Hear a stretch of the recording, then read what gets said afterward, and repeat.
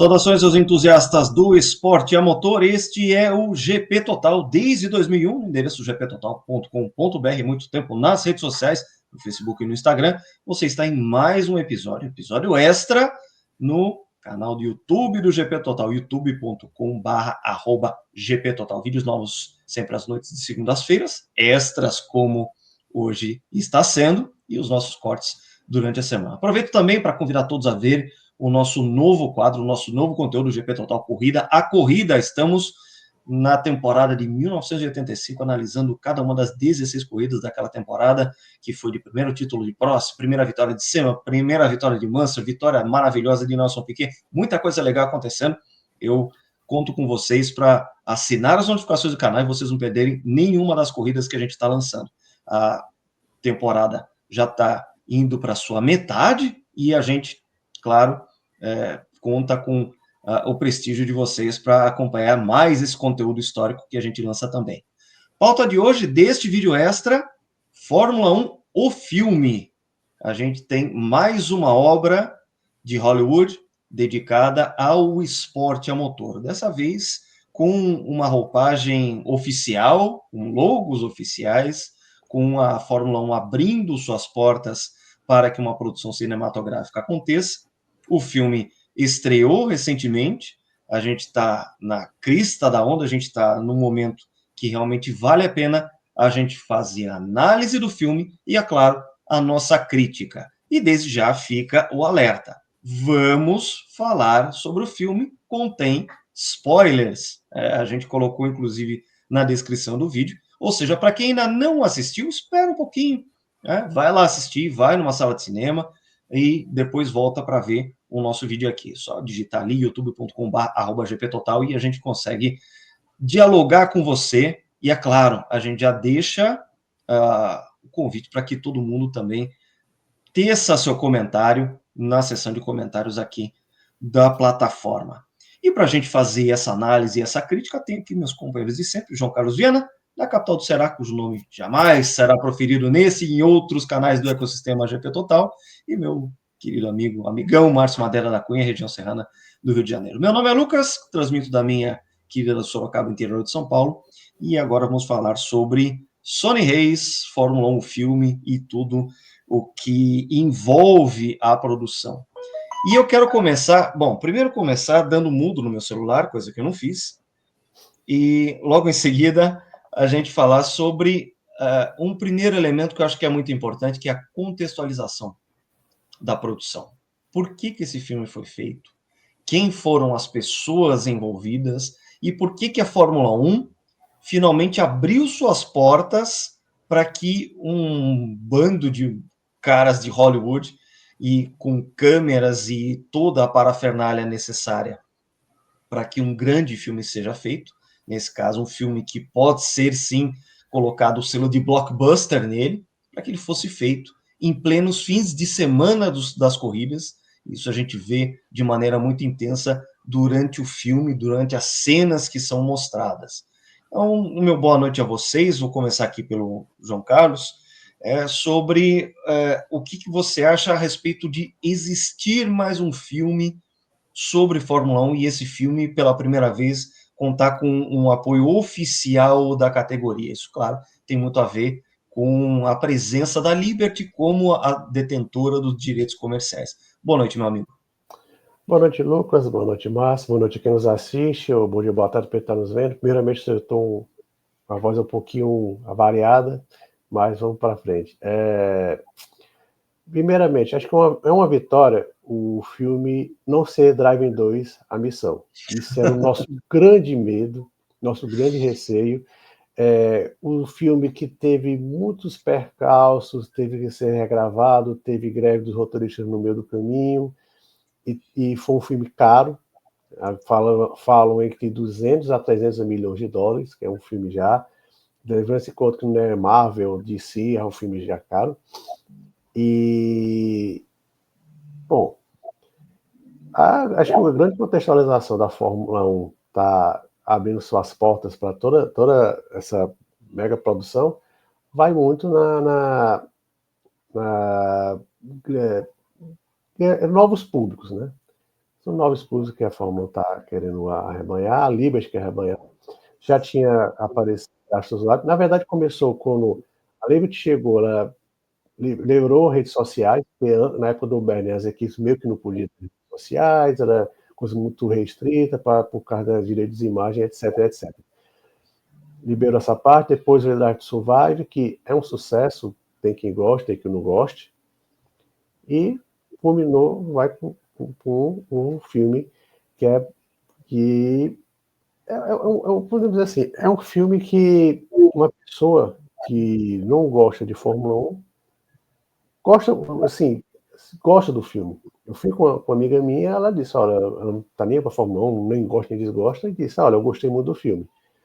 Então, ela está querendo que essa pessoa que gostou do filme, de repente, se interesse para assistir uma corrida, começar a acompanhar as redes sociais, pô, gostei daquele piloto, gostei daquela equipe, e começar a acompanhar. Esse foi um grande objetivo, né? E quando a gente começou a aparecer os trailers, né, tinha algumas cenas que a gente tinha um medo. Pô, essa cena aqui lembra Drive. Para quem não sabe o que eu estou falando, Drive é um filme chamado aqui em Brasil também conhecido como Alta Velocidade, que foi estrelado por Sylvester Stallone no comecinho dos anos 2000, que é um filme, como se diz, é ruim com de força, né? Muito ruim. O filme é ruim, não apenas na parte de, pô, de corrida, de imersão, mas de roteiro, de atuação, de tudo. O filme é todo ruim. Então, havia um receio que, pô, será que vai ser um Drive 2? É uma vitória, eu não sei. Mas o filme, sim, tem algumas coisas que nos incomodam. Para quem quer tá indo para o cinema para curtir um bom filme, se divertir, é um filme relativamente longo, de 2 horas e meia, vale a pena. Dos nós três aqui, até confidencializar aqui, eu fui o primeiro a assistir, não contei spoilers nem para o Márcio, nem para o Lucas, mas, pessoal, vocês têm que ir com a mente aberta. Vocês vão ver coisas absurdas. O filme é clichê, do começo ao fim, a gente vai esmiuçar um pouquinho mais, mas se a Liberty tinha como objetivo arrebanhar um novo público, provavelmente vai conseguir. É um filme que gostou o público, foi a melhor bilheteria de uma estreia do Brad Pitt, e o Brad Pitt teve vários blockbusters por aí. Então, é um filme que não está longe de ser um fracasso de bilheteria, e é um bom passatempo. Né? Para quem está querendo entrar nesse mundo do automobilismo, se você assistir uma corrida de verdade, pode se decepcionar um pouco. Isso é a realidade. Aquilo, muito que acontece no filme Fórmula 1, no filme Fórmula 1, tem movie, né? Agora a gente gosta de dizer Fórmula 1, um filme, é mera ficção científica, para dizer assim. É muito complicado, mas é um bom passatempo. Mas, contextualizando, como o Lucas falou, é uma forma da Liberty querer arrebanhar um novo público. A sala que eu estava lotada, estava cheia. Tinha pessoas que estavam caracterizadas com blusas da McLaren, blusas da Red Bull, mas tinha gente que estava lá, com a sua namorada, vou assistir um filme, ficou assistindo, comendo pipoca, assistir um filme como, por exemplo, Top Gun Maverick, cujo mesmo diretor de Fórmula 1 o filme. E muita gente teve aquela hype, foi a Fórmula 1 filme, é um Top Gun Maverick em 4 rodas. Tinha muita essa hype, o pessoal falando na divulgação. Então é um bom filme, eu gostei, né? Mas com as ressalvas que a gente vai falar durante esse nosso encontro. Márcio Madeira, meu boa noite a você. É uma questão um pouco complicada, porque, veja, o filme com a temática que tem, Fórmula 1, e é um filme que é feito para que ele seja agradável, interessante e atraente para todos os públicos, menos para quem gosta de automobilismo.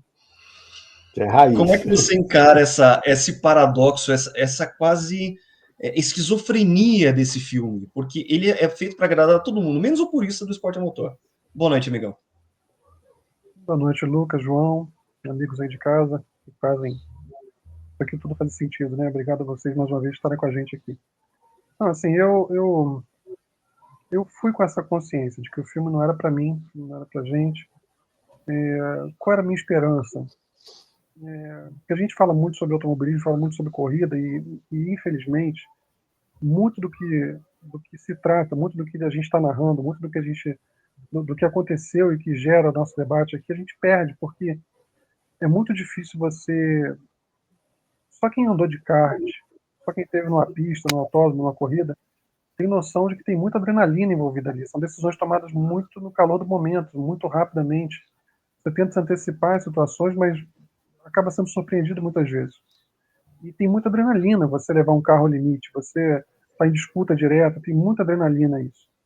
E você escrever uma coluna sobre uma corrida, perde muito disso. Você fazer um podcast, conversar sobre esse tipo de coisa, a dimensão do que está acontecendo, a quantidade de forças envolvidas, como falei, a adrenalina mesmo, a endorfina, o batimento acelerado, tudo isso se perde, o som, a fúria, né, o risco, o medo, tudo isso se perde muito.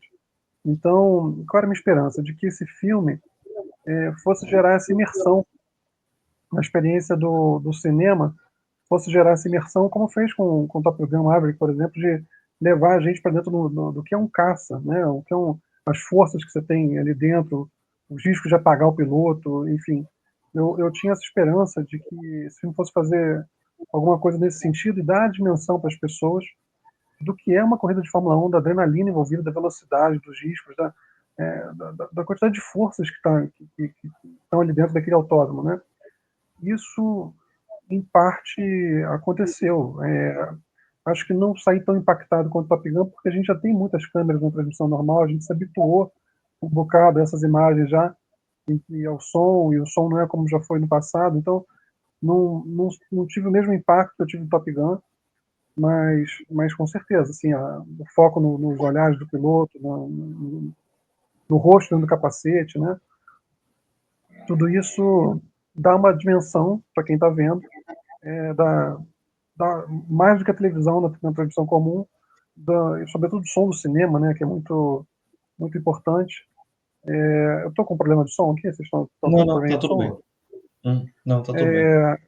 Até peço desculpa, pessoal de casa, que eu estou com um equipamento diferente hoje, pode acontecer, já peço desculpa de antemão por isso.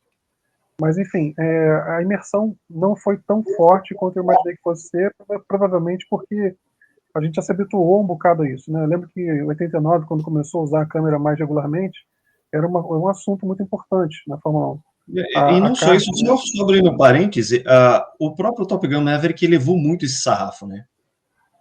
Em termos de Sim, foi imersão. demais.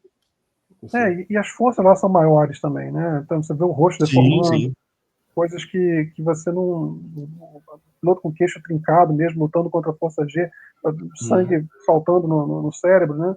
A Fórmula 1 é muito poderosa, mas não é um caça, né? Então eu achei um pouco menos impactante do que o Top Gun nesse sentido. Uma coisa que ele se presta, porque na verdade é um filme feito sobretudo para o público norte-americano, né, que está sendo apresentado a Fórmula 1 atualmente, pelo Drive to Survive e pela toda a estratégia da Liberty, os 3 grandes prêmios. Sim, sim, a própria Está presença nos Estados Unidos. se tornando popular por lá. E esse filme ele posiciona a Fórmula 1 para o americano no lugar de direito dela, como o pináculo do esporte motor, uma competição realmente muito acima do que a kart, do que era a kart agora, do que a Fórmula Indy, né? Em termos de equipamento, em termos de velocidade, não velocidade final, mas rapidez, né? Enfim, as forças envolvidas pelo carro, a competição, Estrutura das cada equipes equipe, também. cada equipe como construtor, é muito diferente do que a Indy, totalmente diferente. Então, não dá para comparar uma coisa com a outra. Você pode, automobilismo é automobilismo, você pode ter automobilismo de qualidade com qualquer equipamento, não é disso que eu estou falando. Mas, em termos de equipamento, em termos de investimento e de rapidez num circuito misto, não tem comparação. Não tem comparação e, inclusive, o nível do grid médio também é superior fatalmente.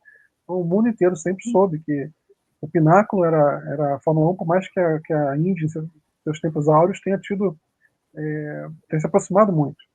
E tenha tido, em alguns momentos, até temporadas eventualmente melhores e grids muito fortes e tudo mais. A Fórmula 1 é o topo, né? E esse filme posiciona isso muito bem. Então, nesse aspecto, achei que foi válido. Agora, é claro, como o João falou, É um filme que se presta como propaganda da Fórmula 1. Muitas imagens não foram fáceis de ser feitas. Você gravar um filme em meio a um fim de semana de GP não é uma coisa fácil. O fim de semana de GP é muito amarrado, tem rotinas muito estabelecidas e contratos de televisão que tem que ser cumpridos com precisão de segundo. Então, você fazer uma gravação de um filme ali não é fácil. Mas acho que o mérito do filme é esse: é som, são as imagens, e posicionar a Fórmula 1 pelo que ela é, o tamanho que ela tem, a importância que ela tem, apresentar isso ao público. Agora, com certeza, eu gostei muito menos do que Rush, gostei muito menos do que Ford vs Ferrari, gostei muito menos do que Grand Prix, gostei muito menos do que Le Mans, mas gostei mais do que o Driven, com certeza. Né? Então, assim, Já é alguma coisa. Para mim é um filme que não fala comigo, entendeu? A história em si não fala comigo. Então, é o que você falou. Ele é feito para outro público. Não é que seja um filme ruim, não estou dizendo isso. Tem um quê de rock balboa para o automobilismo. Só que para quem ama o esporte, pelo esporte, a competição, e vê a emoção da competição, você vê as emoções sendo vendidas e criadas de maneiras alternativas, não apela para gente, entendeu? Então, não quer dizer que o filme seja ruim, mas é um monte de clichê, e você vende o interesse e a emoção da corrida por coisas que são justamente coisas que a gente, que é fã mais hardcore, né, núcleo duro, é justamente o que a gente não gosta no rumo que as coisas vêm tomando, né? E eles levam isso a 3 degraus acima para vender a emoção da corrida. Vai lá, João.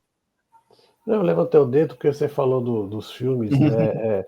Rush e Ford vs Ferrari, e eu esqueci de falar isso, né? Desde Drive, acho que até houve um certo trauma, que o filme foi tão ruim que houve um certo trauma do Hollywood em fazer filmes. E de 2013 para cá, já é o 4º filme, que a gente também se esquece de Ferrari. Teve o filme Ferrari nesse meio do caminho. Né? Mas tem Lamborghini também, né? Tem do Lamborghini também. Tem aquele Dias de Glória, Corrida para a Glória, que é a disputa Audi versus Lancia no Mundial de Rally. Que é bem ruimzinho, eu assisti e não gostei. Também bem... Tem são bem menores. Tem o Bruce McLaren, tem vários outros filmes. Mas é um documentário, né? Mas aí é mais para o documentário, né? Mas eu ia falar justamente isso. Você olhando de 2010, será que 2010, 2020, eu colocaria, se tivesse um ranking, assim, eu colocaria Ford vs Ferrari, Rush. Eu colocaria, sim, Fórmula 1, o filme em terceiro lugar, mas com uma distância considerável. E essa distância aumentou bastante, porque por mais que o filme não seja Driving 2 a missão, em alguns momentos ele resvala em Driving.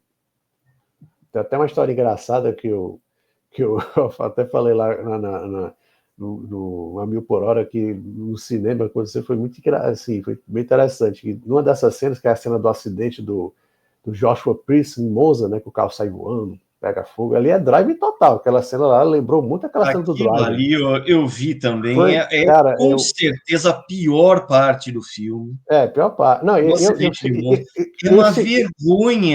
uma vergonha para o orçamento que foi o filme, pro diretor que eles têm, que é o Kosinski lá, para a produção que é do Jerry Bruckheimer, sabe? Toda aquela galera que está super acostumada a fazer coisa de ação, fizeram uma batida tão mambembe,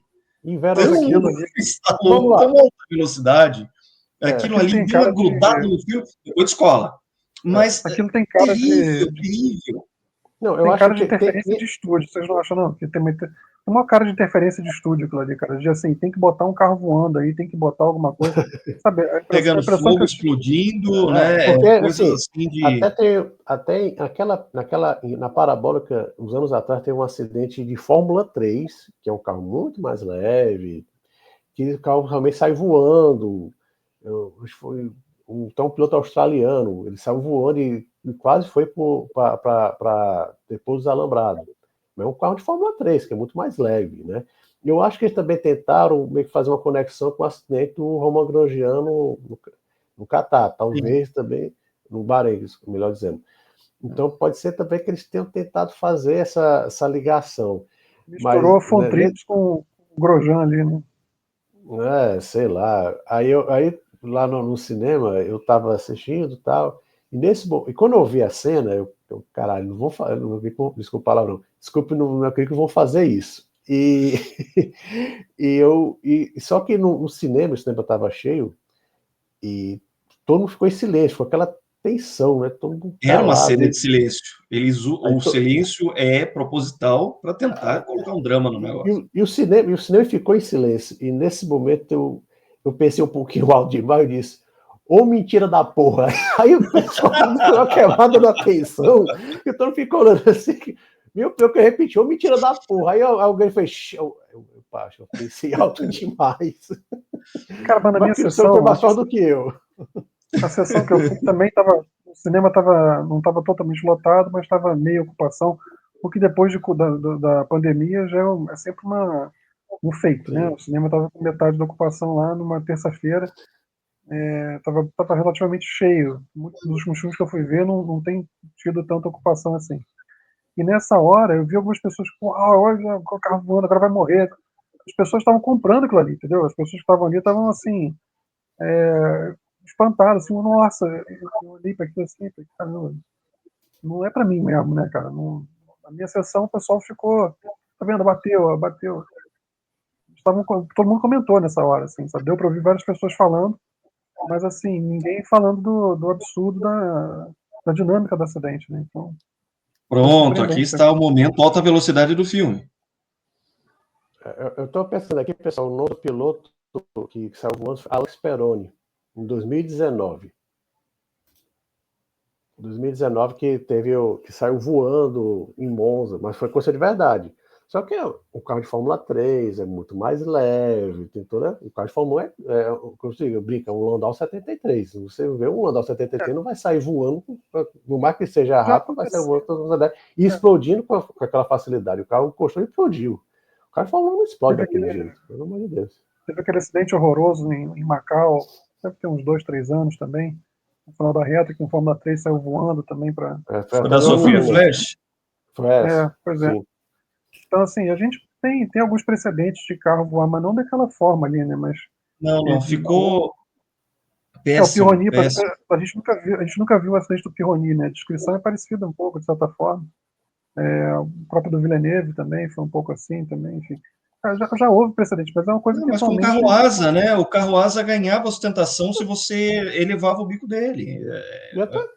Forças Ele não vai assim. explodir facilmente como o carro. O carro caiu e explodiu. O carro não explode com aquela facilidade. Então, Aquele momento ali, para mim, foi um momento de estúdio. Um momento, assim, de o cara que não entende nada do esporte. Falei, cara, tem que ter um carro voando aí. E segundo consta, né, o Luiz Ento que aparece lá como os produtores executivos, por sinal também aparece o nosso querido Stefano Domenicali, não Domenico Domenicali, ele aparece lá como um dos produtores executivos e o Hamilton falou que o filme, quando ele assistiu a primeira vez, tinha cenas assim meio mais inverossímeis ainda. Ele disse, olha, tem uma cena lá que o pessoal gravou que o carro bate no muro, capota, fica com os pneus para cima, para baixo, e sai andando normalmente como nada tivesse acontecido. Aí eu não, peraí, pessoal, vamos com calma, assim, não, isso não existe. Nem no iRacing dá para fazer isso, né? Mas ainda assim, ainda rolou essa cena que realmente foi muito constrangedora. Cara, foi muito feio. Ali foi o momento driving do Fórmula 1 filme. É uma coisa que não dá para perdoar, tem que tirar sarro mesmo, porque é uma produção, todo mundo fala em cifras de 300 milhões de dólares, aí tem um pessoal que fala que foi só 200, como se fosse pouco dinheiro, sabe? Todo um cuidado, toda uma campanha, todo um cuidado para ser uma propaganda da Fórmula 1, para arrebatar o público, e faz uma cena ridícula daquela, realmente tem que levar a paulada mesmo na moleira, porque não dá para passar. A edição em si é ok, por mais que eles tenham se perdido no passado, né? Porque tem horas que aquilo ali parece ser 1990 e depois eles passam que é 93, eles nem sabem direito o passado, o que na verdade é uma coerência, porque a própria Fórmula 1 dessa Liberty Media não conhece o próprio passado. Então, como eles ficam confusos a respeito do passado, isso é transmitido no filme também, tá? Porque tem cenas, claro, é pego o acidente do Martin Donnelly na Espanha em 90, que realmente foi um acidente gravíssimo, o carro rachou no meio, aquela cena dele no meio da pista, depois do choque, é realmente a cena do Martin Donnelly, eles só pintaram um capacete, eles fizeram a pós-produção, um capacete azul que seria do personagem Sonny Hayes, do Brad Pitt, mas aí aparece um season review que teria sido em 93, mas os carros eram de 90, sabe? Lucas, mas eu acho assim, eu acho que ele, de forma não muito inteligente, eles colocaram, não, a acidente dele foi exatamente 30 anos atrás, porque o filme é baseado na Fórmula 1 em 2023. Então eles fizeram, para não ser uma data, sei lá, quebrada, não foi há 33 anos, há 30 anos atrás, entendeu? Então acho que na verdade, assim, ficou a gente feio. pode falar, né, Pode contigo. o Ayrton tem uma participação na história, né? O Senna venceu muitas corridas nos Estados Unidos, ele é um nome muito tomado como referência, na verdade, nos Estados Unidos. Muita gente conhece o nome Senna lá, apesar de não ligar para a Fórmula 1. Eu já vi vários programas na televisão americana e eles falando assim, rápido, faz lembrar o Ayrton Senna, faz lembrar o Senna. Enfim, o Senna é muito conhecido lá para quem gosta de esporte, de automobilismo, né, de esporte motor. E eles tinham que esticar, no meu entendimento, até o último momento possível de você ter uma McLaren Marlboro com capacete amarelo. Então, se tivesse como puxar um pouquinho mais para cá, eu acho que teriam puxado, mas 93 era o limite. Eu acho eles aproveitaram, né, o acidente do Donnelly, eu achei uma sacada até interessante isso, né, de colocar ele lá na Lotus lá, e as imagens on-board são Brands Hatch, se eu não estou enganado, né, Parabéns. Sim, aposta de Brands Hatch ali, eu nem saquei na hora. Não é também matéria na hora, também que é Brands Hatch. Por sinal, o Rush usa de Brands Hatch, né? Você lembra, o Brands Hatch é meio que uma pista que todo mundo gosta de usar, porque o Rush, muita cena é Brands Hatch. Sim, verdade. Aí puseram um board Brands Hatch e, na verdade, o acidente, e falando que o acidente tinha sido na Espanha, em Jerez, respeitando o caso do Donnelly, fiquei surpreso de terem pego as imagens do Donnelly. Eu até aproveito aqui para fazer um parênteses rapidinho, eu acho que é importante falar do Donnelly também, assim, a gente não tem muita chance de falar de pilotos como ele. O Donnelly, muita gente conhece ele pelo acidente em 90, né, na Espanha, mas era um baita de um piloto. Eu tenho muito respeito pelo Donnelly, um baita de um piloto. Se você olhar, por exemplo, em 88, na Fórmula 3000, que o Moreno varreu aquele campeonato, fez um campeonato magnífico, o Donnelly estreia no meio da temporada só e é certamente, ao lado do Moreno, o grande piloto da temporada. O que ele faz na segunda metade daquele campeonato na Fórmula 3000 em 88 é grandioso. E, por exemplo, em 90, em Phoenix, quando choveu, ele liderou uma sessão. Ele era um grande piloto que tinha um futuro, a meu ver, promissor na Fórmula 1. E a gente acaba não tendo muita chance de falar dele, mas é um cara muito talentoso e não deixa de ser legal ver ele sendo relembrado ali. Claro, foi conveniente, né, pelo acidente e tudo, mas cabe aqui a gente fazer um parênteses, não foi só um acidente, o Donnelly era um talento muito grande, um baita piloto que podia ter tido um futuro bem legal na categoria. E no filme ele é citado no pós-crédito, aparece o nome de Martin Donnelly bem rapidamente, né? Agradecimento a Martin Donnelly, né? E ele era um piloto, não era como o Sonny Hayes, né? Que o Sonny Hayes até fala no filme, se eu não fosse um acidente, eu teria sido campeão mundial, papapá. Martin Donnelly, não sei se seria campeão mundial, mas ele tinha boa chance de evoluir na carreira.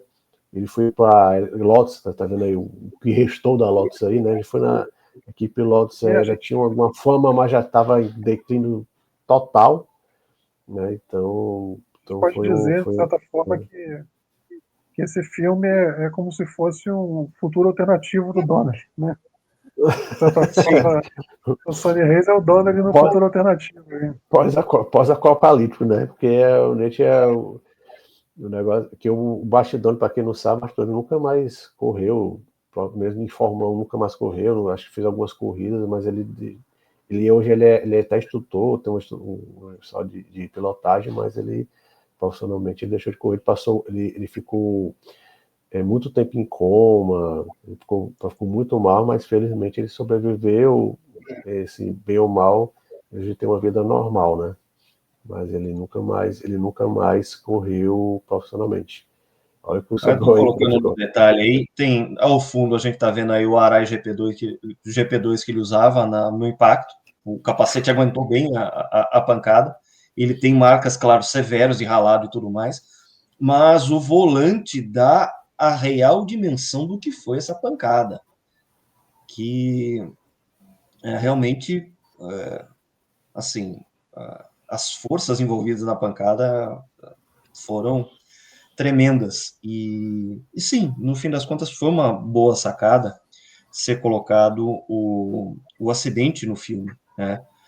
Mas a construção do personagem Sonny Hayes me incomoda um pouco. Tem alguns aspectos positivos, alguns aspectos negativos. Eu queria discutir com vocês. Primeira coisa que eu acho que Sonny Hayes é um acerto, o nome Sonny Hayes, ele é sonoro, ele é fácil de pegar. Ele é um nome acertado, bem acertado para um piloto. Sonny Hayes, piloto americano de Fórmula 1. Fica bom, tem um bom som. Agora, a construção do personagem me incomodou um pouco. Ele não precisava ser tão cowboy, tão cigano, tão 11 Homens e um Segredo misturado com o dublê que ele faz no Era Uma Vez em Hollywood, com o Joe Tanto, que é o Stallone no filme ruim. Tá?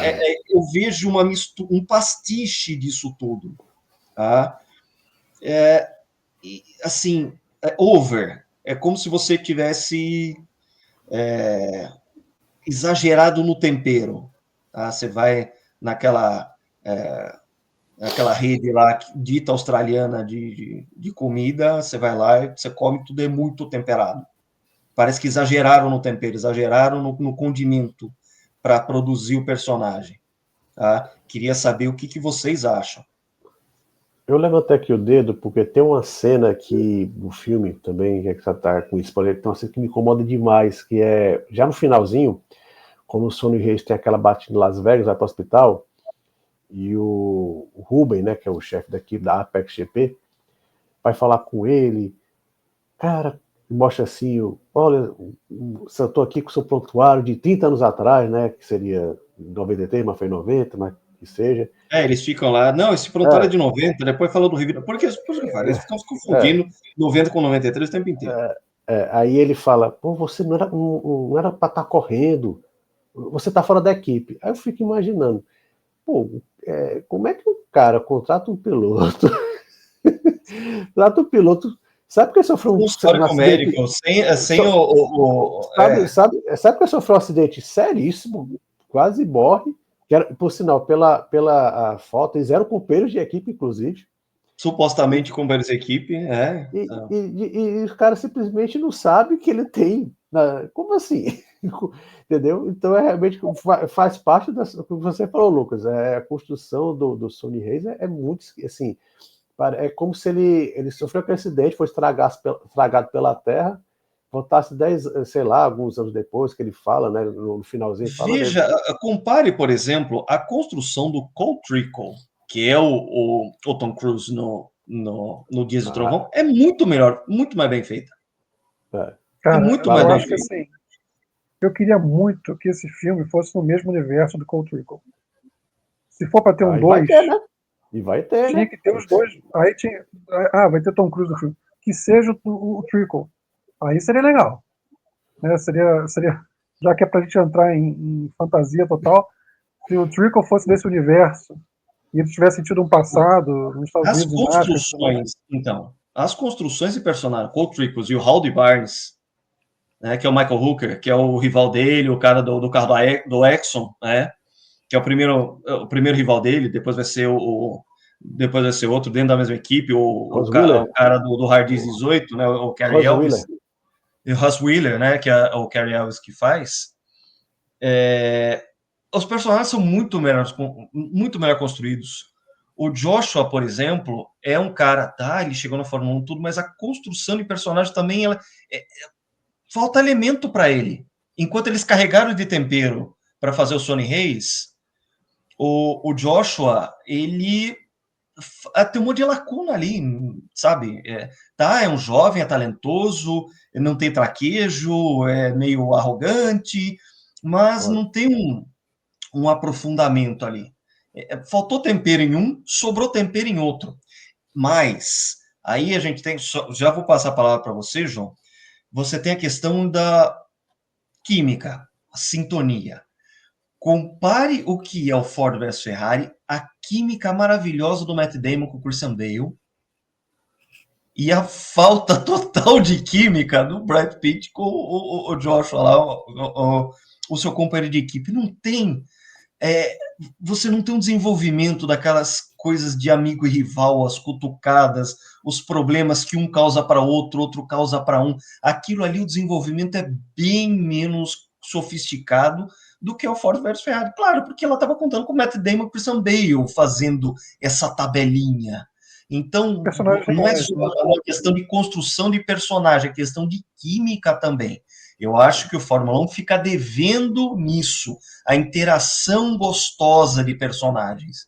Eu acho que ali fica tudo muito truncado. Você tem algumas coisas nesse sentido, quando está o Javier Bardem, que é o chefe de equipe, com o Brad Pitt, né, o Sonny Hayes, você tem alguns elementos assim, mas que não chegam nem perto do que foi a química entre o Matt Damon e o Christian Bale, né, Carol o Carol Shelby Shelby e o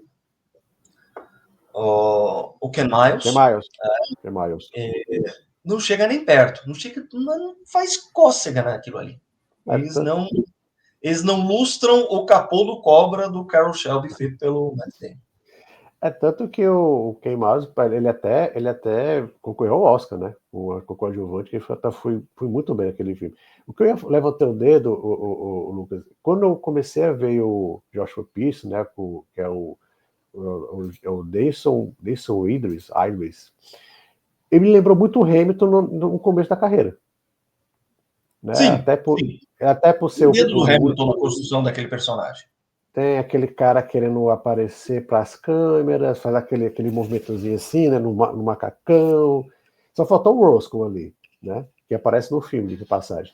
Mas, assim, eu acho que ele lembrou muito o Hamilton. Talvez o Hamilton tenha se colocado ali, olha, em 2007... O Hamilton quis ser um espelho referencial para a construção desse personagem.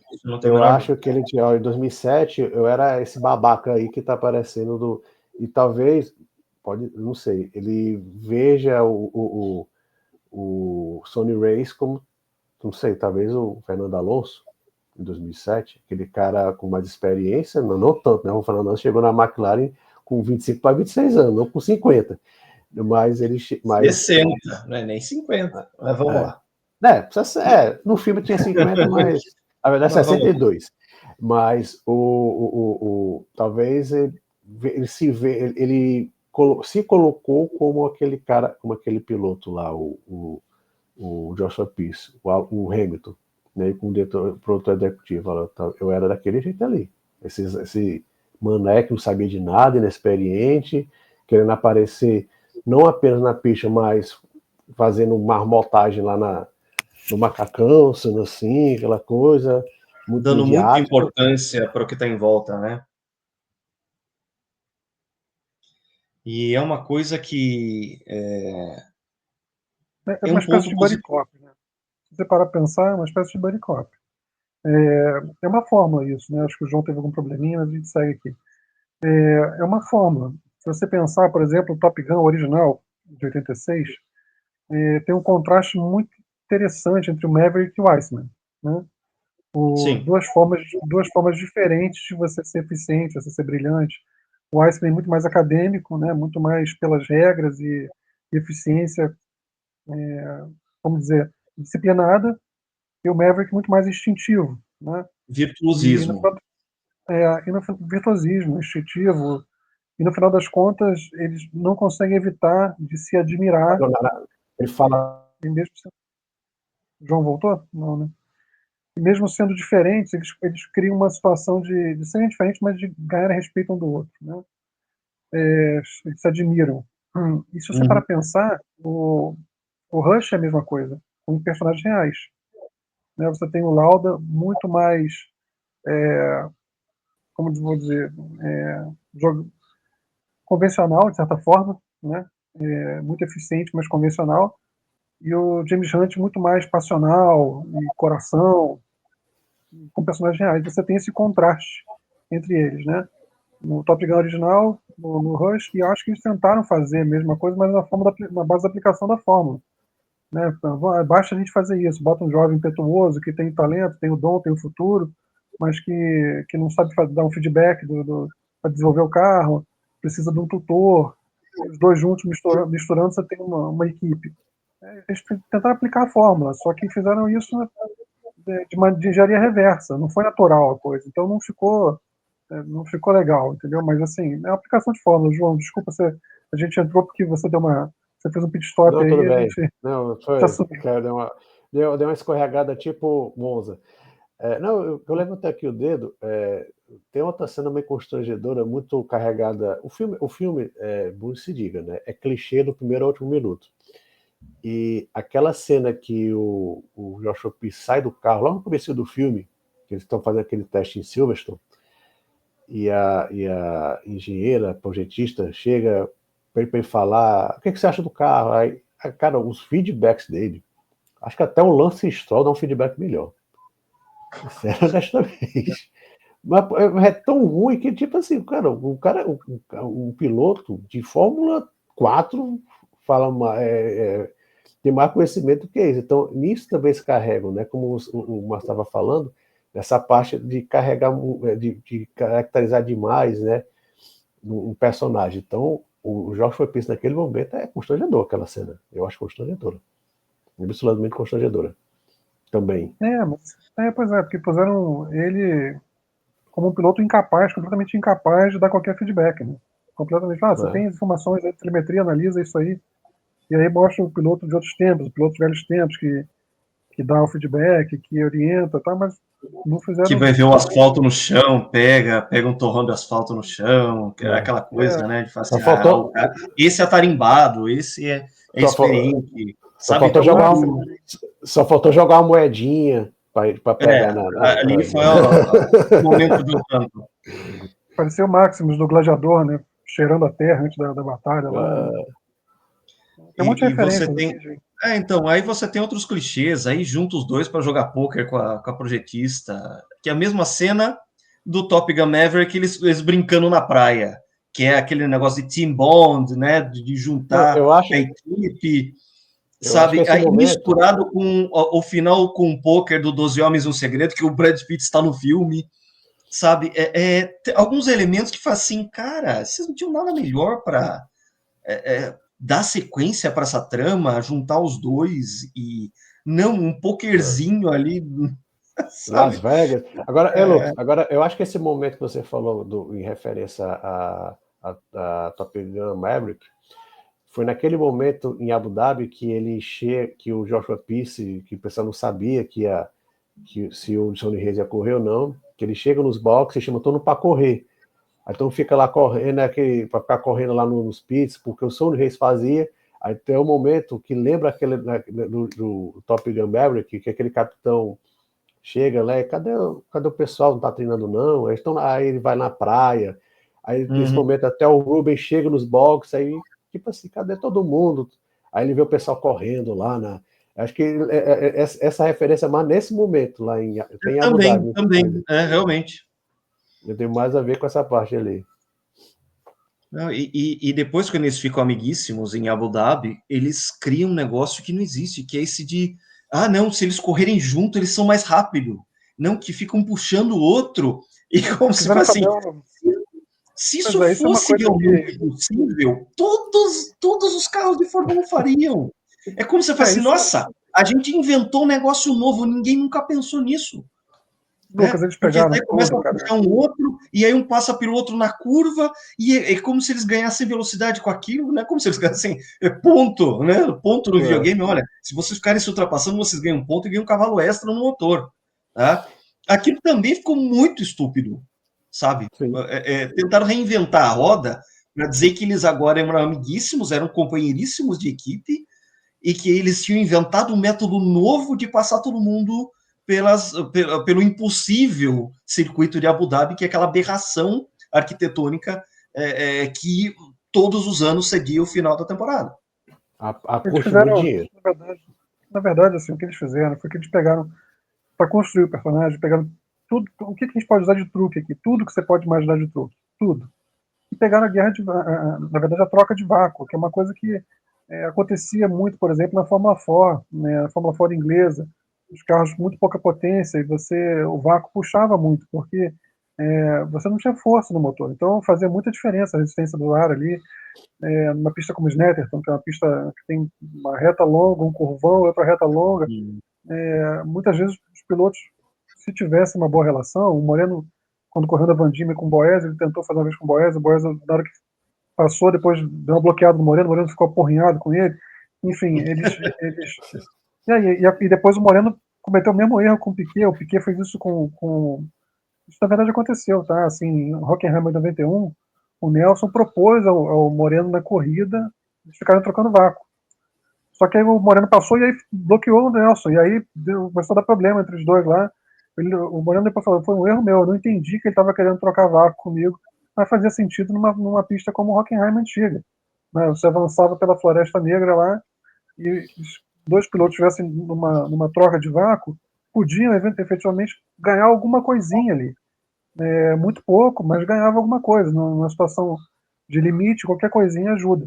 Só que isso não rola mais, assim, né, atualmente. Então, eles tentaram pegar Não, tudo mas uma isso. pista como o Yas Marina.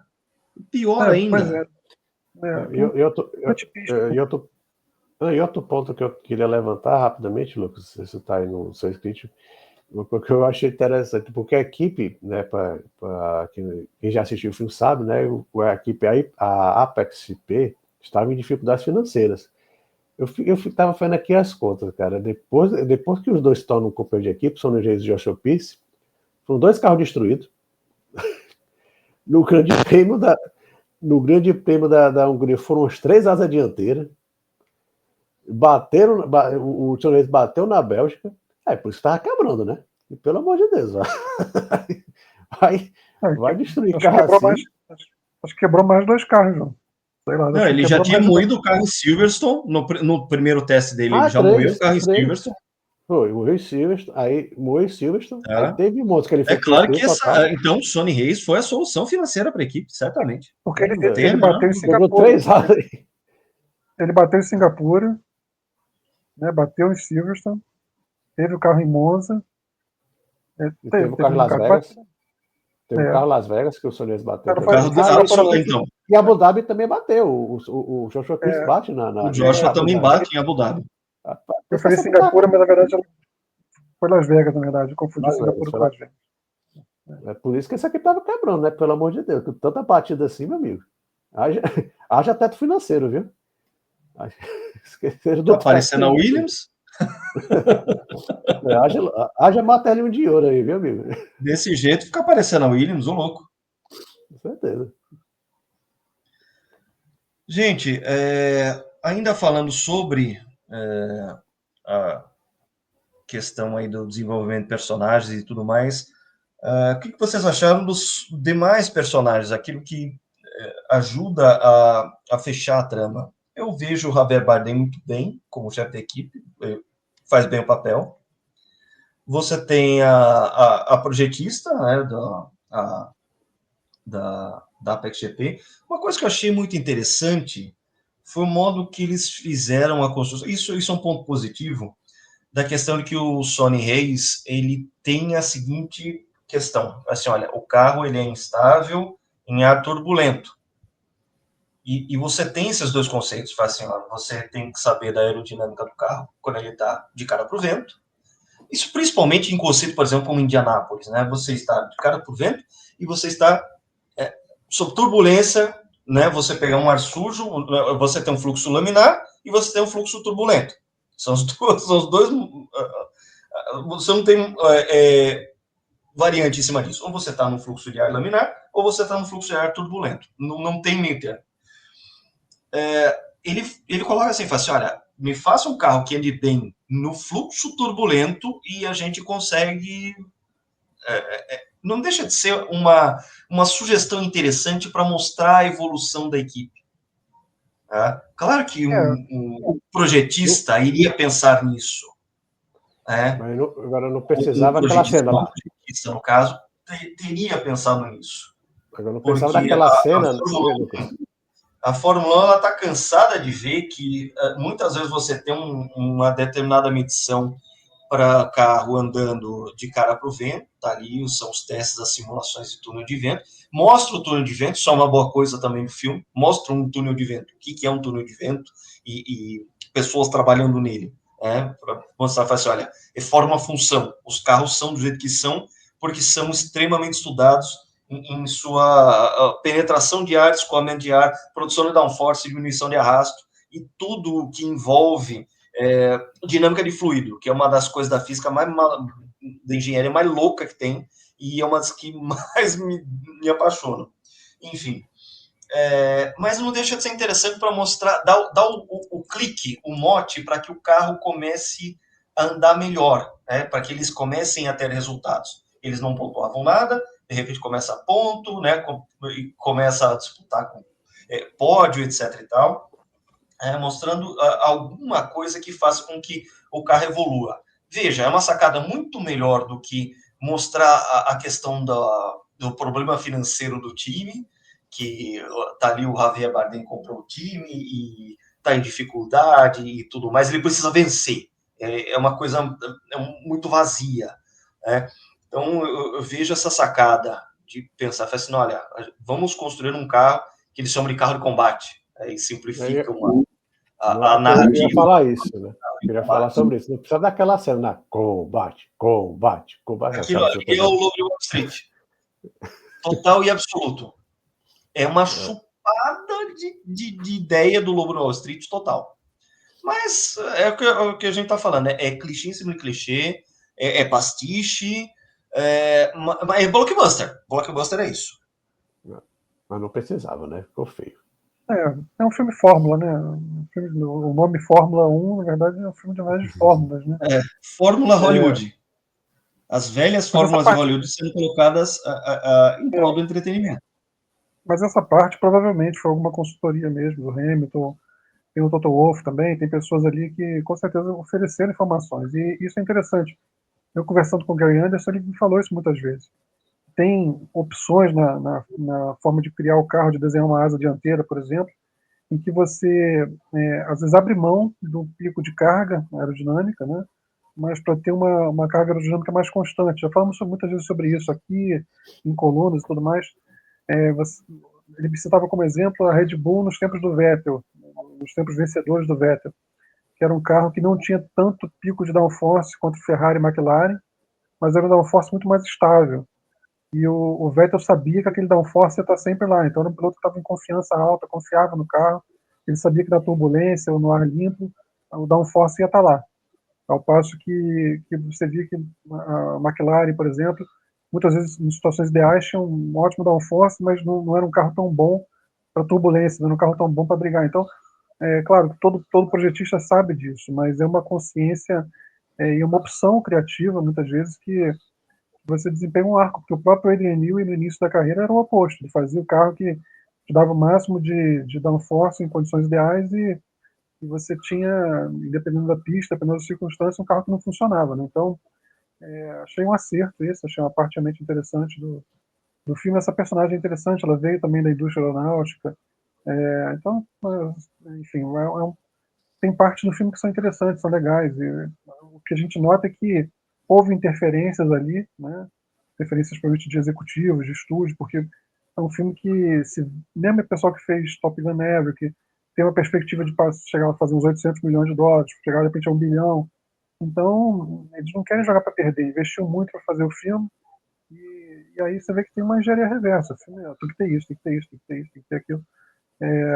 Coisas que deram certo, você faz um mosaico ali. Mas ele tem seus méritos, ele tem coisas que são interessantes, porque tem a consultoria de pessoas do meio ali. Só que, enfim, fica um mosaico, né? A gente já falou de Dias de Trovão. Vocês repararam que a música para que comece a corrida de Abu Dhabi tem acordes do tema de Dias de Trovão? Vocês repararam nisso? Não reparei. Pesquei na hora a referência. E foi o Hans Zimmer que fez. Então, eu vou te falar. É um dos pontos altos do filme, eu acho, a trilha sonora, a edição de som, eu acho que é Oscar. sim, Não, sim. é Oscar. Isso eles sabem fazer bem. Isso eles Não estou sabem fazer falando que bem. o filme é Oscar, mas essa parte de trilha sonora e edição de som, cara, é Oscar. Se tem alguma chance desse filme ganhar um Oscar nessa parte aí. Não foi nem no Framboesa de Ouro, não, tá? No Oscar mesmo. Eu Tio de Trovão só vi uma vez na vida. Vi uma vez só por indicação do Lucas, então assim, não vi o suficiente para ter trilha sonora na cabeça, nada disso, não ia pescar essa referência. Lembro que eu gostei do filme, mas só vi uma vez. É porque Nascar não é meu universo, nunca curti tanto Nascar assim, então eu Mas vi é o um filme, filme, gostei. o Dias e Trovão é um filme que eu me diverti mais do que vendo o filme. Sendo honestamente, Fórmula 1 me divertiu mais que isso. Assim, foi parecido, mas talvez divertido mais. Porque assim, tem uma parte tem algumas partes do filme que é interessante, que entra muito no nosso métier, podemos dizer assim, que é aqueles momentos que aparecem os pilotos, eles, por exemplo, naquele momento que o Sonny Race atrapalha o Max Verstappen, aparece o Max Verstappen, esse cara foi um sacana, né, no rádio, as conversas assim, os pilotos, naquele momento que o Sonny Race também, que foi até engraçado, teve um meme domingo, que é quando o Carlos Sainz fica parado no último lugar no grid, a pessoa brincou, ele tá usando a tática do Sonny Race. Aí quem não assistiu o filme, eu não entendi. Depois que você entendeu que foi naquela parte de seja que ele fica parado de propósito para ter um carro com pneus mais aquecidos. E tem um momento que fica mostrando a cara dos pilotos, tipo, os caras tudo mesmo, essa palavra aqui, tudo puta ali, o Leclerc, tipo assim, pô, o que tá acontecendo? Os caras perdem a vida lá. Então, assim, eu acho que também tem esse mérito, assim, de trazer esses caras, apareceu toda essa turma lá no filme. Eu achei legal. Honestamente, eu achei Então essa parte legal também. vamos fazer um corte aqui pra gente já. Só pensando em truques que tem no filme ou que a gente lembra da vida real, que poderiam ser assinados pelo Sonny Hayes. Vocês topam fazer um cortezinho aqui rapidinho desses truques assim de situações? A gente já falou um pouco sobre troca de vácuo, que é uma coisa que não é comum, né, na Fórmula 1 atual, não se vê mais isso.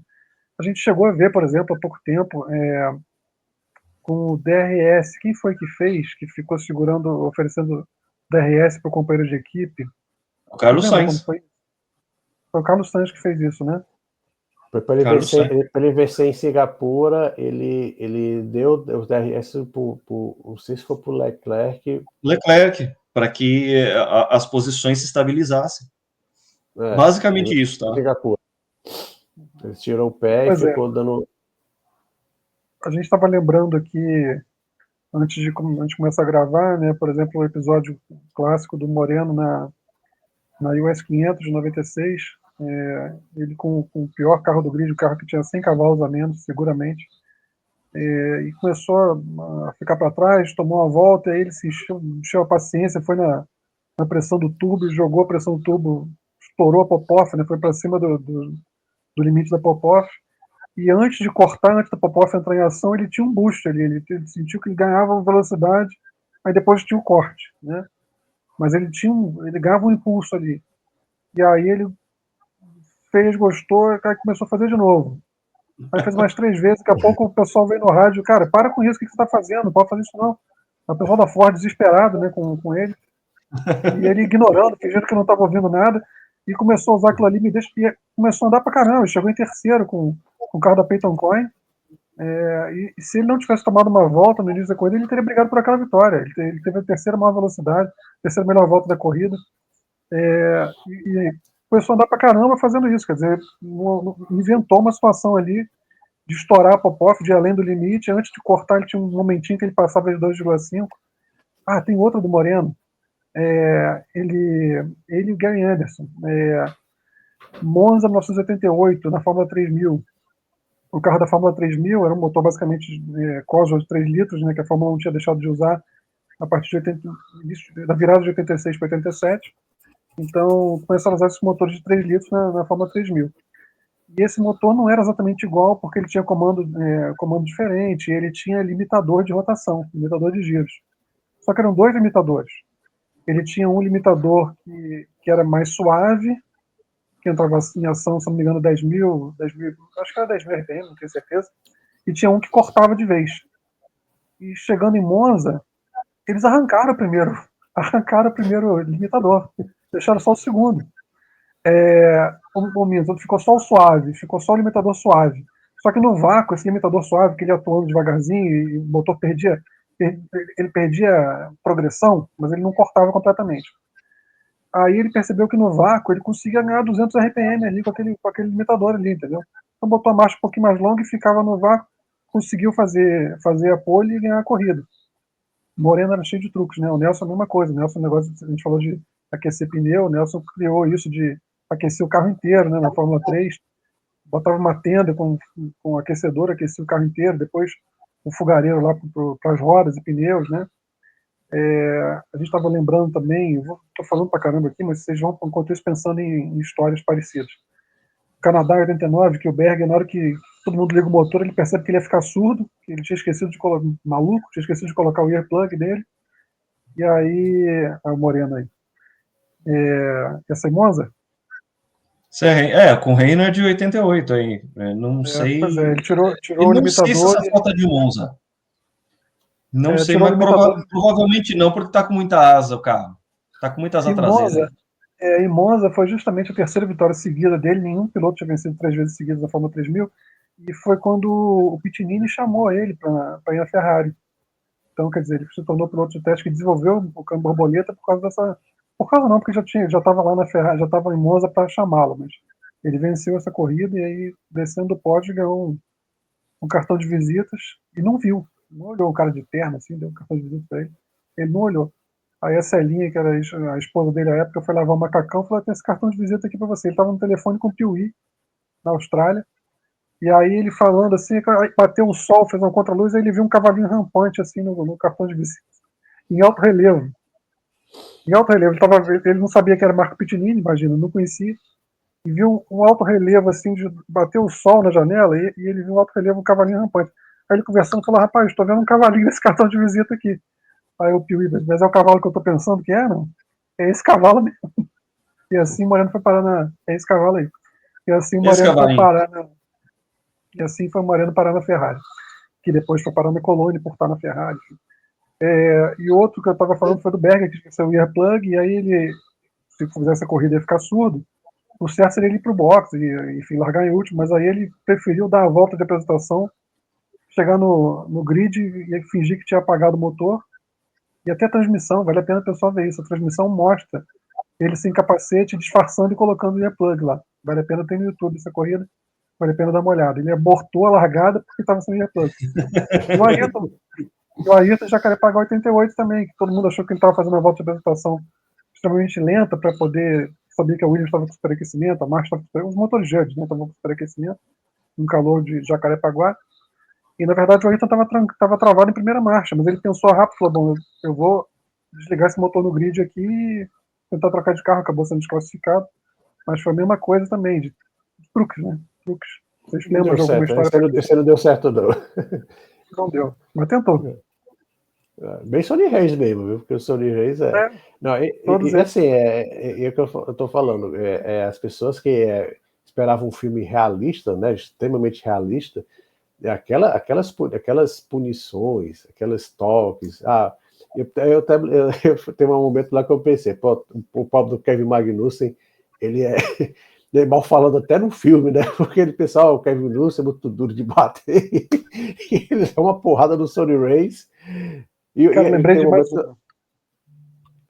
Para que eu depois lembrei de mais uma história. Brigando com Bottas também. Não, ele brigando com Bottas. Aqui, ó, Senna 88 no Rio. Que imagem linda, meu Deus do céu. Como eu queria ter visto esse Jacarepaguá todo colorido, com sol, com esses carros turbo. Meu Deus do céu, como eu queria ter visto isso aí. Lembrei de mais uma história do Moreno. Moreno, em 85, ele estava esperando a confirmação da Toleman para correr na Fórmula 1 de Toleman e tal. E o Rick Gallas estava chamando ele para correr na Indy, insistindo, e ele: não, cara, minha prioridade é Fórmula 1, estou esperando, só que a Toleman sem pneu, né? E aí, por fim, o Moreno, quando a Toleman disse para ele que não ia ter pneu, não ia correr e tal, Aí ele procurou o Rick Gallos, mas aí já tinha preenchido as 2 vagas da equipe. Primeiro ia correr com um carro só, depois acabou correndo com 2, e já tinha preenchido. E aí, por fim, por causa do Ponte Carter ter sofrido um acidente, não estar correndo misto, o Moreno fez 6 corridas, se eu não estou enganado, em 85, pela Índia. A primeira dela, Meadowlands, a segunda, Road America. E o carro da Indy 85, ele tinha o fundo projetado, ele tinha, era como Fórmula 1 atual, era semi-solo, vamos dizer assim. Ele não tinha mini saia, mas ele gerava downforce pelo assoalho. Só que o pessoal da Indy não tinha experiência com isso. E o Moreno, em 84, tinha guiado na Fórmula 2 um carro também semi-asa. Ele estava habituado com isso. Ele aprendeu, em 82, quando foi pilotar para outro, ele não sabia pilotar um carro asa, mas em 84 ele ficou muito bom nisso. E aí, quando ele chegou na Indy 85, ele olhou para aquele carro, Moreno, né, cara, muito instinto mecânico, né, muita intuição mecânica, olhou para o carro, olhou para a pista, virou para o Gary Anderson e falou: nós vamos bloquear essa suspensão aí. Tá maluco? Nós vamos bloquear. Pega 4 mecânicos aí, bota um em cada suspensão aqui, vamos botar peso em todo esse carro aqui, você bota as borrachas, essa suspensão não vai trabalhar na corrida, não. O Gary Anderson, cara, que isso, a segunda corrida de Indy, como é que você vai fazer um negócio desse? Eu sei o que eu estou fazendo. Bloqueou a suspensão do carro, o carro dele praticamente não, a suspensão dele não trabalhava praticamente em Road America 85. Segunda prova do Moreno na Indy, ele ganhou aquela corrida, cara. Ele fez o carro andar pra caramba, cara.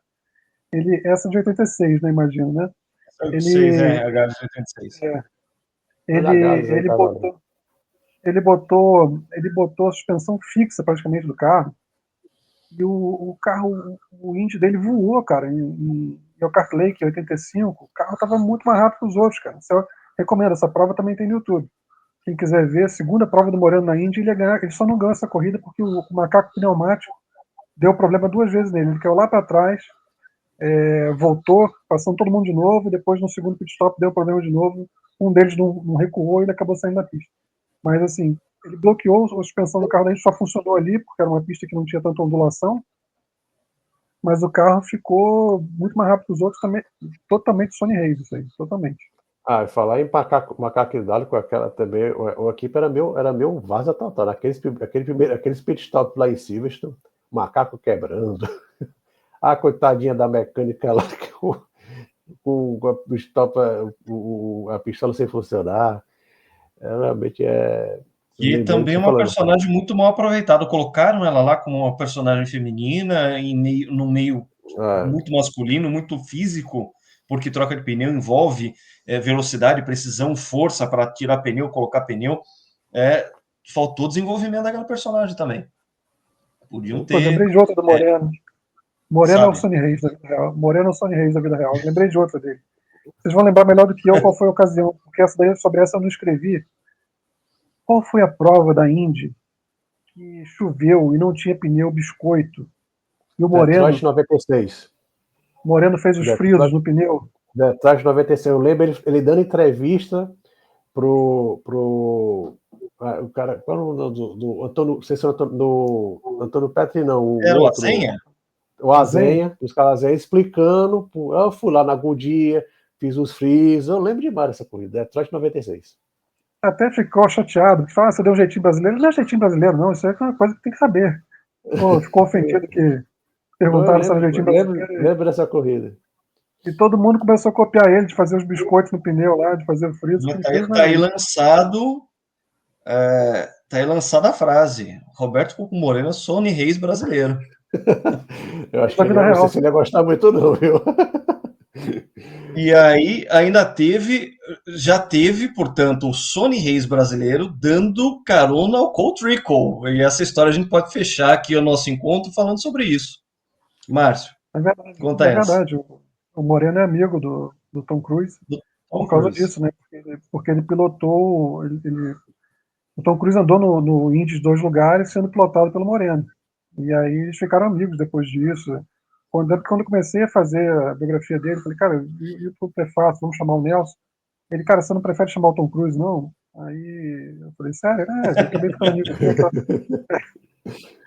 Porque aí tem foto, depois o Tom Cruise chamou ele pra ir lá, no escritório dele, o Moreno deu um capacete pra ele, as filhas do Moreno tiraram foto com o Tom Cruise lá, enfim, ele tem uma carta, ele mandou uma carta pro Moreno, ainda brincou assim, achei que esses carros eram mais rápidos, brincou assim, ele falou, tô só brincando, parabéns pela sua habilidade, estava sendo um grande piloto.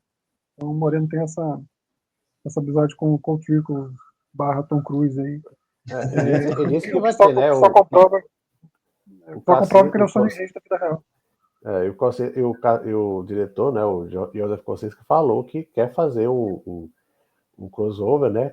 Sonny Race, Colt Trickle, um futuro filme, né, uma futura sequência, 260 na pista, né? Por sinal, surgiu até essa semana que já estão pensando na Dias de Trovão 2, né? Um filme de 89, acho que é 89 ou 90. Não, 90, perdão. Perdão, 86 é o Top Gun. 86 é o Top Gun primeiro. É o primeiro. E já tem surgindo essa história, né? Que vai ter o Dias de Trovão 2, não sei onde é que vão. Tudo bem que a NASCAR tem piloto. Eu lembro que tinha o Mark Martin com até uns 50 anos, até andando bem. Mas o Colt Trickle, depois de 35 anos, olha, vamos ver, né, que vão colocar o Colt Trickle e depois botar o Colt Trickle junto com o Sonny Race. Vai ser bem interessante essa série. Senhores, a gente já está encerrando aqui. Se a gente colocasse a nota de 0 a 10, qual nota vocês dariam para Fórmula 1 filme? Começou, eu dou um 7. Nota 7, tá abaixo de Rush, tá abaixo de Ford versus Ferrari, dos dois clássicos Le Mans e Grand Prix, sendo que eu gosto mais do Le Mans, que o nosso chefe Eduardo Corrêa não me ouça falar isso, que é o filme da vida dele, Grand Prix de 66, mas eu gosto muito de Le Mans. Ele me coloca dentro daquela situação de maneira muito fácil. Eu mergulho muito facilmente naquele filme, não só por ser um grande fã do Steve McQueen, mas aquele filme me captura de uma forma que o Grand Prix não me capturou. O Grand Prix, ele conta uma temporada de Fórmula 1.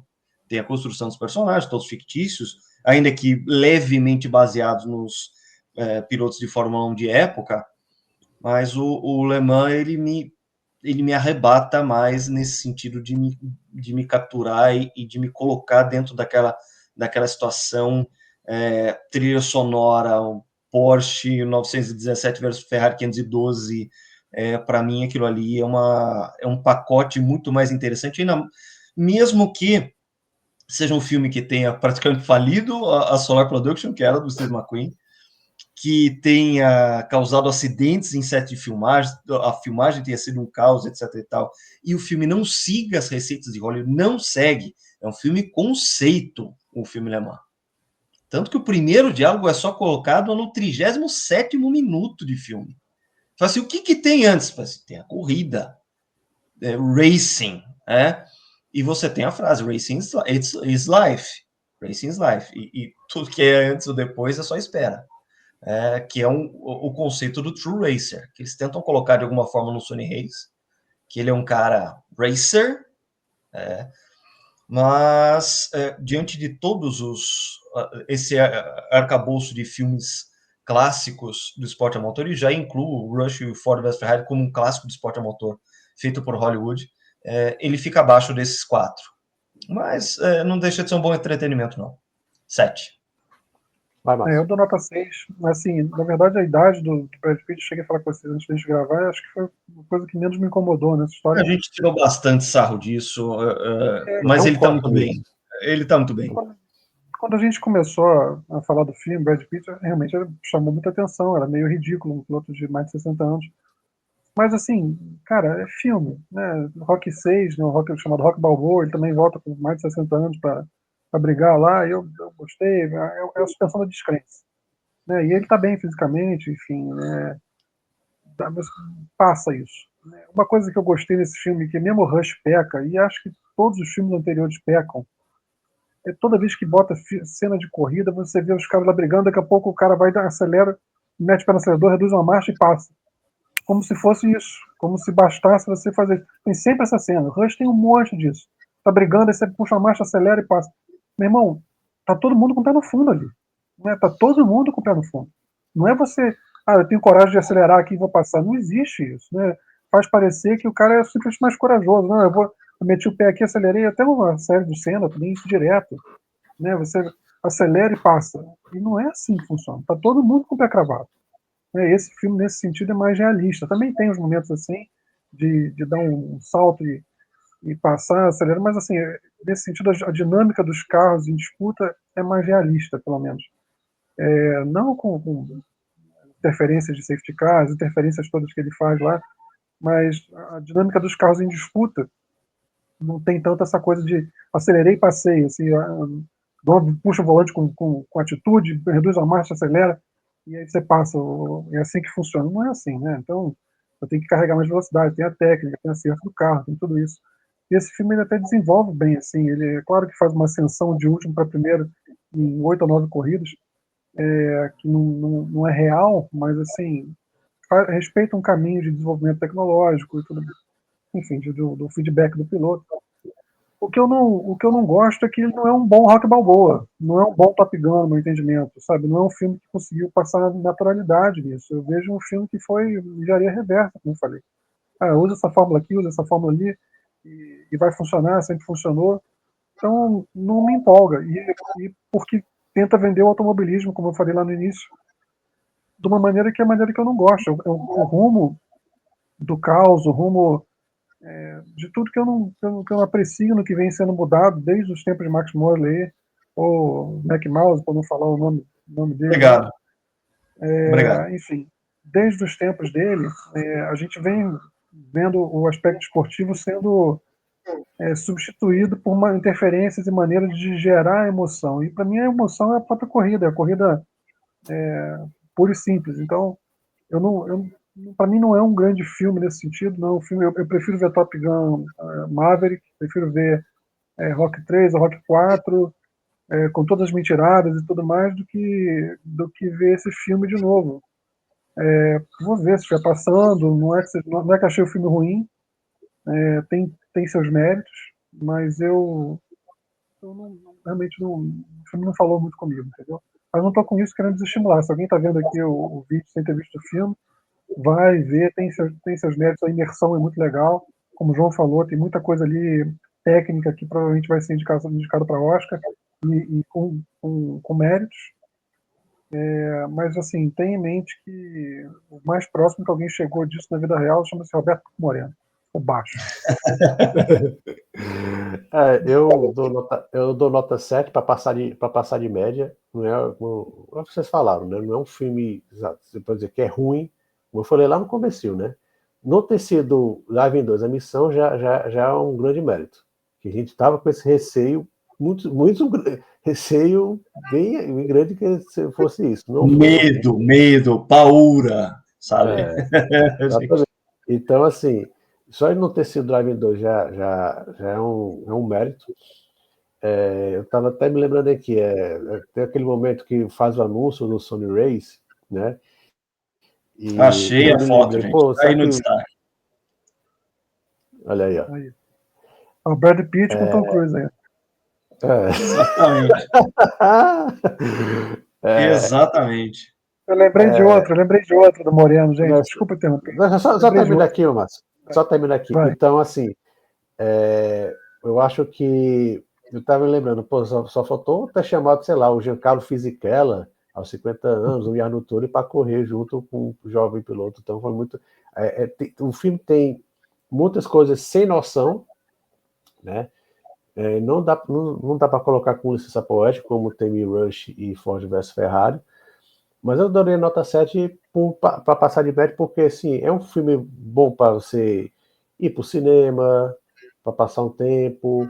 O filme te prende. Por exemplo, o filme Ferrari eu assisti no cinema. É um filme muito arrastado, muito chato. E o filme Rush não, é um filme que você consegue ficar entretido às 2h30. Você não cansa, é um filme que você assiste tranquilo, né? Não é o caso de Ferrari. Então, assim, eu dou nota 7.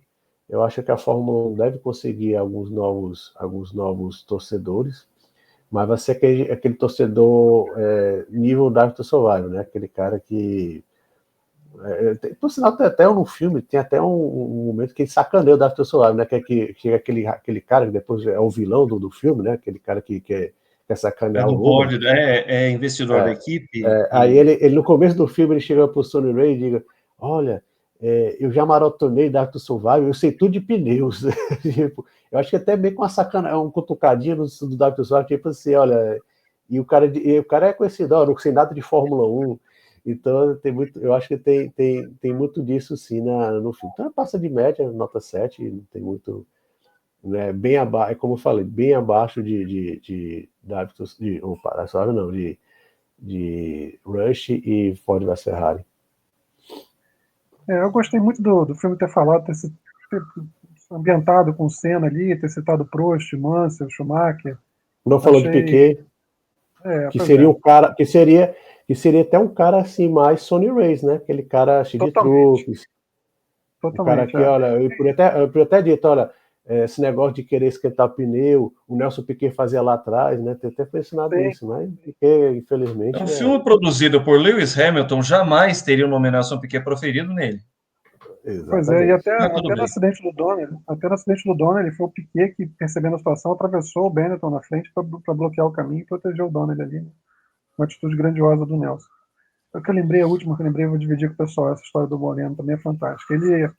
Ele começou a andar de Fórmula 4, né, em 79, ele pilotava um Royale, né, que tinha sido pilotado pelo Pat Simons, e é claro que ele não ficou quieto, né, ele começou a olhar para aquele carro, começou a mexer em tudo que ele podia fazer, tirou bateria do carro, botou bateria de moto, cortou os parafusos todos, pegou um monte de parafusos de helicóptero, botou, foi mexendo no carro todo, mas aí ele começou a olhar para aquelas rodas ali, e achou que as rodas estavam pesadas e tal, aí ele foi com ferro velho, fez um gabarito da suspensão, olha só, cara, o Moreno tinha 20 anos, né? Fez um gabarito da suspensão, foi para um ferro velho e começou a procurar a roda de Ford Cortina, procurando as rodas que funcionavam ali, que estavam boas e tal, conseguiu achar 4 e colocou para correr no Fórmula 4, que eram rodas mais leves, e tudo que gira, né, tem muito efeito, a redução da massa faz muito efeito. E ele mexeu nisso e o carro dele começou a ganhar corrida, e aí o Pat Simons uma vez veio parabenizar ele pelo desempenho, e aí olhou o Moreno tinha tirado a tampa do motor, tipo, quando o Pat Simons olhou pro carro, assim, falou, cara, o que você fez com o meu carro? Ficou indignado, ficou ofendidíssimo, sabe? Que falou, porra, eu projetei isso por causa disso, para canalizar o ar, e o carro começou a ganhar corrida, começou a andar muito, mas o Moreno ficou chateado quando eu chamei de Frankenstein. Eu até tive que mudar isso no livro, porque ele ficou magoado comigo. Mas foi um Frankenstein que ele fez aqui. Ele foi mexendo no carro.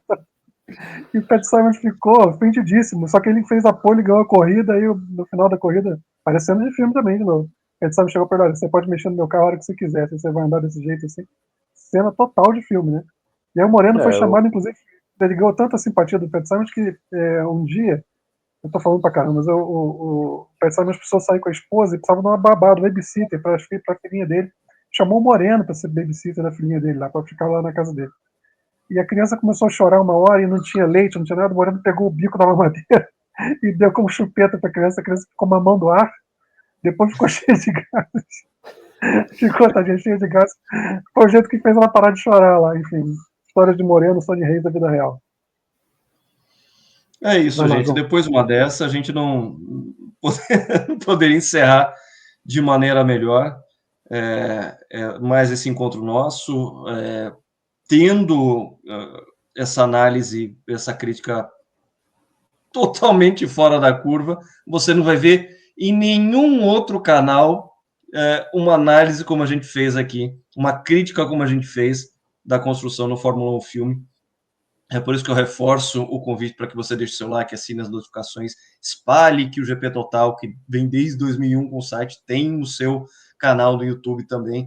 A gente vai continuar aqui fazendo o nosso trabalho. Agradecer essa resenha gostosa que a gente teve aqui. É um assunto um pouco diferente, não deixa de ser esporte a motor, mas uma coisa diferente, uma coisa descontraída, mas também trazendo muita informação para quem está assistindo a gente. E o convite para que vocês continuem assistindo os nossos conteúdos, porque esse aqui é o GP Total. Grande abraço a todos e até a próxima.